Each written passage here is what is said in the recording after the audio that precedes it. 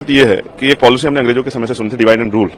मुझे ऐसा लगता है कि ये जो एकजुटता शेड्यूल कास्ट शेड्यूल ट्राइब के लोगों में हो रही है, उसको तोड़ने के लिए डिवाइड एंड रूल की पॉलिसी को इख्तियार किया जा रहा है। अभी मुझे इसमें यह भी जानकारी करनी है कि माननीय सर्वोच्च न्यायालय में जिन जजों ने ये ऑर्डर किया है उसमें से SC ST के कितने, ये बहुत इंपॉर्टेंट है।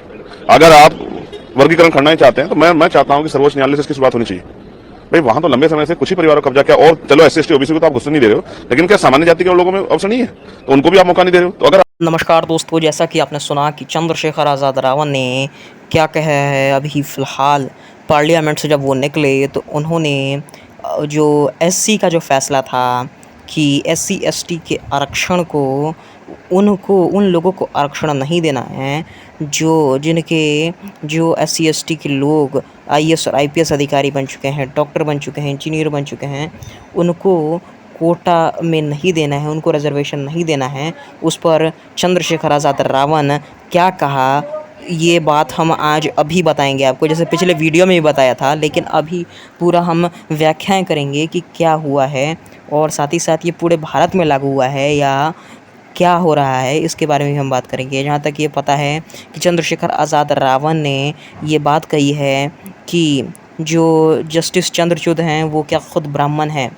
क्या वो ब्राह्मण हैं कि ये बात बोल रहे हैं। अगर ब्राह्मणों की अगर बात होती, SC ST बिल कोटे को हटा दिया गया, अगर ब्राह्मण के पास कोटा होता, जो 10% आरक्षण हैं जनरल कैटेगरी वाले लोगों के पास, उनको क्यों नहीं हटाया जाता है। चंद्रशेखर आज़ाद रावण ने ये सवाल नहीं किया है अभी तक, उसको हटाना चाहिए। और अभी चंद्रशेखर आज़ाद रावण ने ये सवाल किया है कि कितने वहाँ पर SC ST के लोग हैं, कितने जज बने हुए हैं SC ST के लोग, उनको रिजर्वेशन नहीं दिया गया। अभी तक SC ST के लोग आगे बढ़े भी नहीं हैं और रिजर्वेशन हटाया जा रहा है।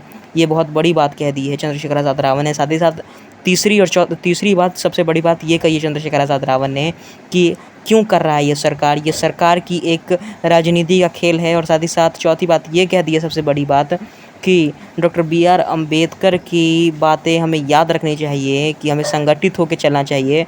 और साथ ही साथ ये भी कह दिया चंद्रशेखर आज़ाद रावण ने कि ये SC ST को अलग करने की बात है, अलग अलग कोटा देकर अलग अलग बातें कह दिया है चंद्रशेखर आज़ाद रावण ने कि अलग अलग कोटा दिया जा रहा है SC ST को, डिवाइड एंड रूल का गेम खेला जा रहा है, विखंडन किया जा रहा है।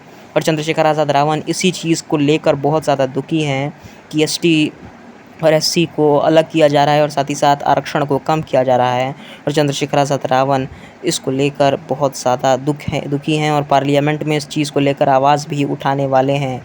और आने वाले समय में क्या होने वाला है दोस्तों, क्या कर सकती है BJP सरकार SC ST के आरक्षण के लिए, जो हमेशा हिंदू हिंदू मिलाती रहती है दलितों को, क्या कर सकती है, आपको देखना होगा ज़रूर।